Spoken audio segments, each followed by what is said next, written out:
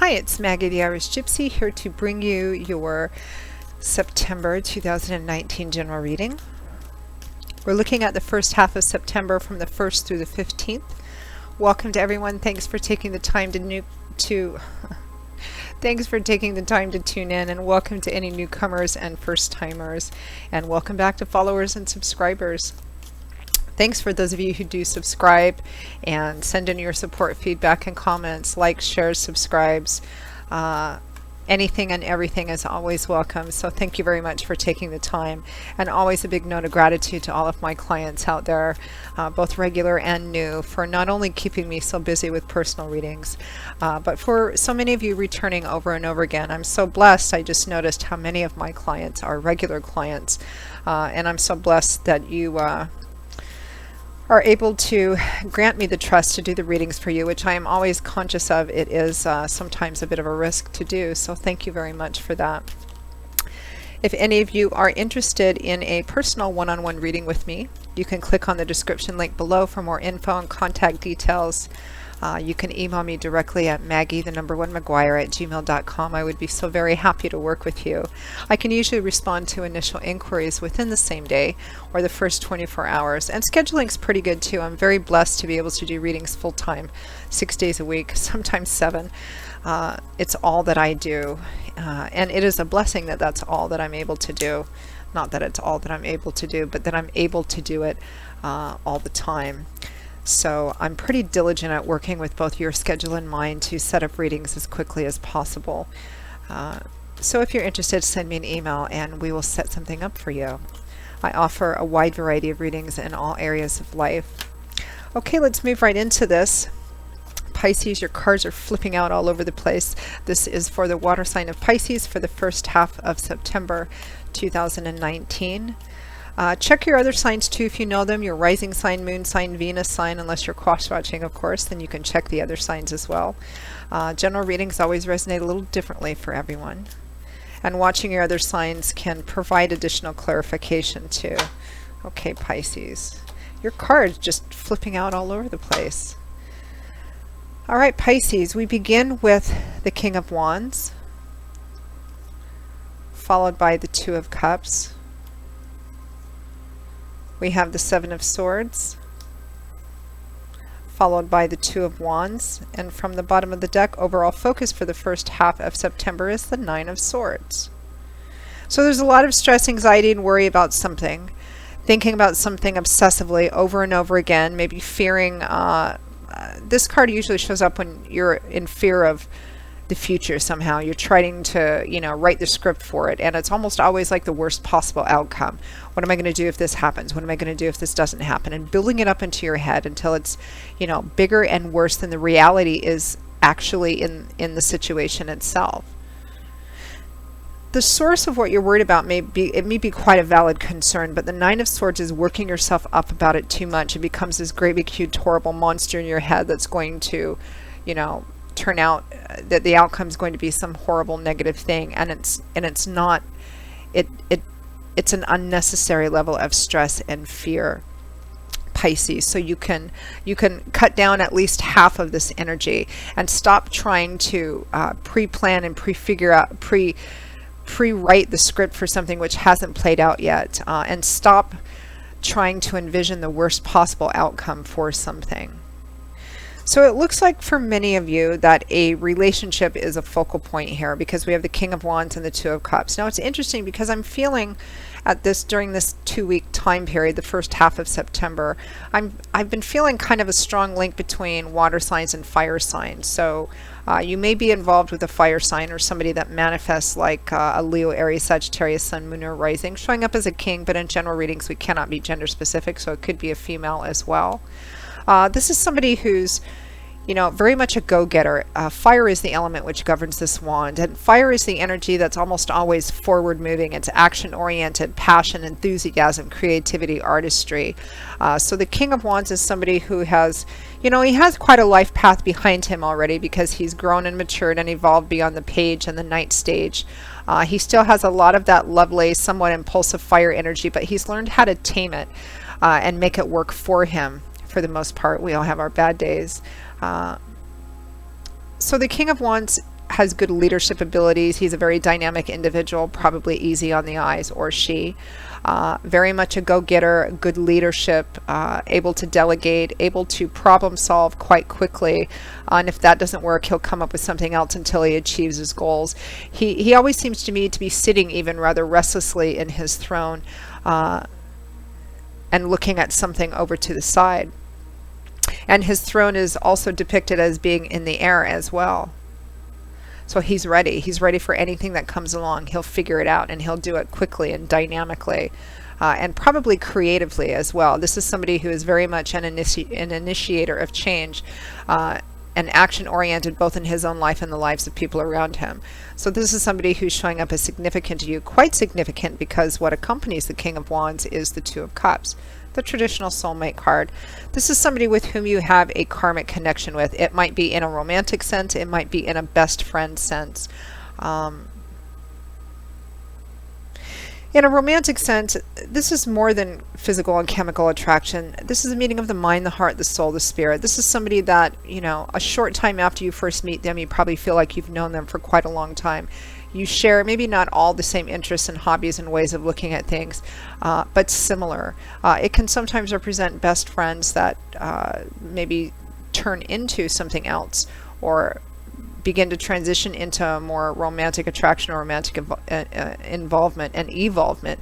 And for some of you, that may be what the source of this concern is.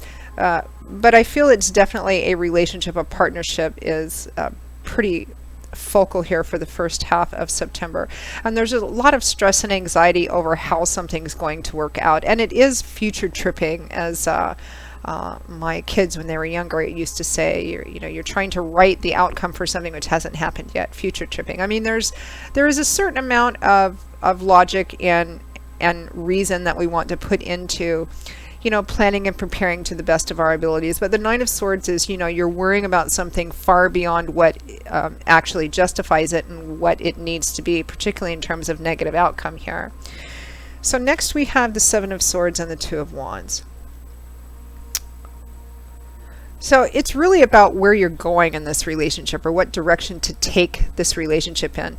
It might be, for some of you, it might be a good friend. You may have been good friends, or you may be good friends with this King of Wands individual, and maybe you're starting to feel something else for them, or maybe they're starting to feel something else for you. Maybe one of you isn't feeling the same way about the other. It could be that that's where you're wondering, what do I do? How do I take this?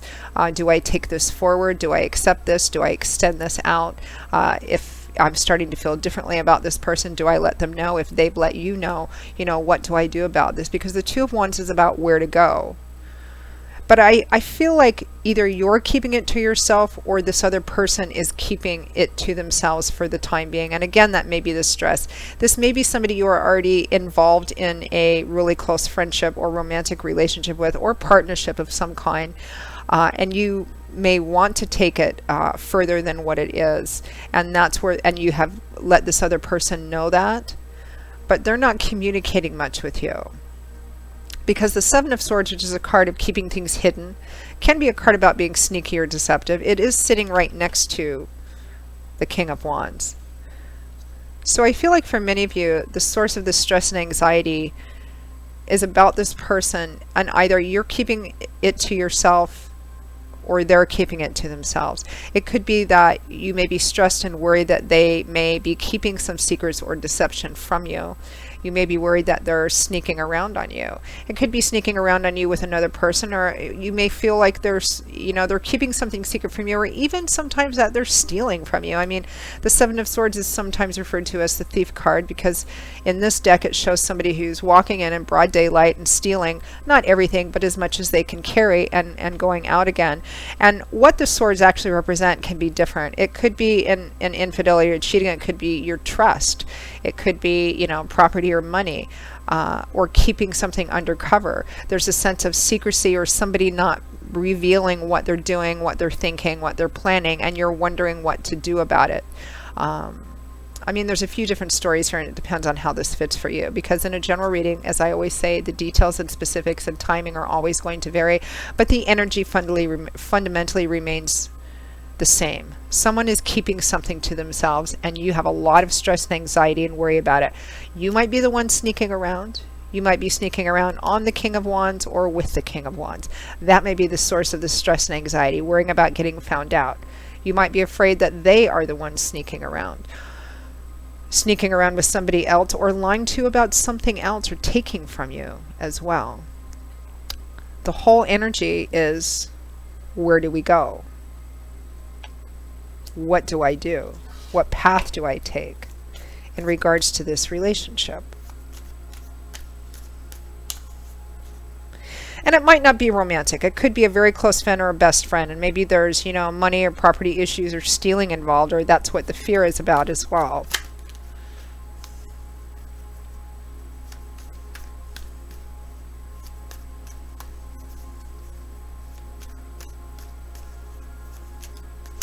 Your cards are kind of all over the place today, Pisces.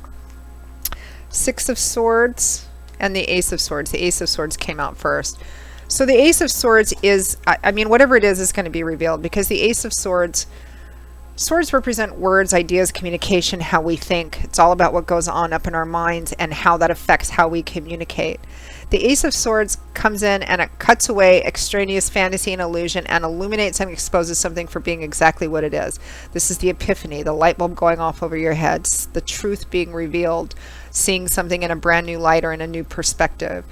So whatever it is that's being hidden, whether it's like worrying that either you or the other person is doing something sneaky behind your back or behind their back, whatever it is, or whatever it is that they or you are keeping to yourself, the truth is going to come out. And maybe that's where the source of some of this stress and anxiety is too.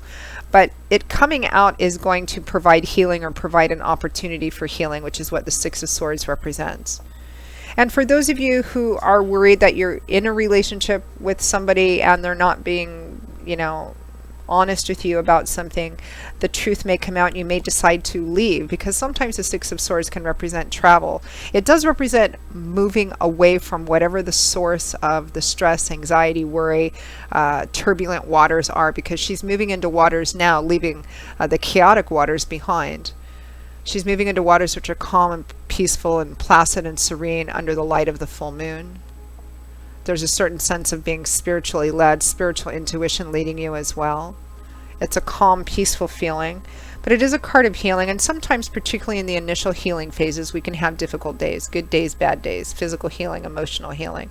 The early days can be difficult, up and down, but gradually as time goes on, you move further and further away from the source of what this is. Not quite to the other shore, non-solid ground yet, but you're definitely moving towards that. So whatever this information is that's coming out, whatever is being revealed, is going to bring healing. It's going to bring the opportunity for healing. And that healing in this relationship might be healing moving forward together because of the truth being revealed, feelings being revealed. Or it could mean that one of you makes the decision to move away from the relationship, or even take a break for a time, to get away from it and provide a space for healing. Let's pull an advice card, Pisces.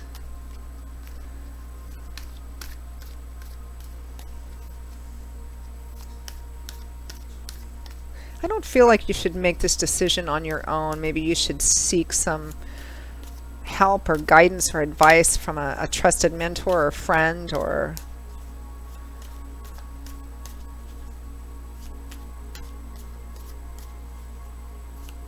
because I feel like whatever this is, you really need to get out of your own head with it, because you're spending way too much time chewing on it in your own head. And I feel like you need to speak some words. There's a lot of swords here, and I really feel like you need to take it from being inside your head to outside your head, meaning talk about it with someone that you trust, and someone who's experienced in life path and advice that you trust too. The Hierophant, typically represented as a priest, a pastor, a bishop, something of that sort.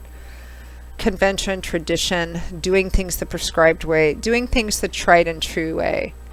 This can also represent a mentor of some kind, a priest, a pastor, a counselor, perhaps a friend that has age and experience that you respect and being able to talk about it. It could be, maybe going through a short course of counseling of some kind. It can represent also taking comfort in things like, your home religion or a specific spiritual path as well. But I feel like for some of you, I feel like for many of you, this is somebody that you either have in your life or you should seek out somebody to actually talk to about this before you, and get it out of your own head. You're spending too much time dwelling on this and chewing on it in a really negative, kind of obsessive way in your own head, and you need to kind of take the step to talking about that and getting some of that out so that we can lessen some of this mental pressure and anxiety and stress. Cancer.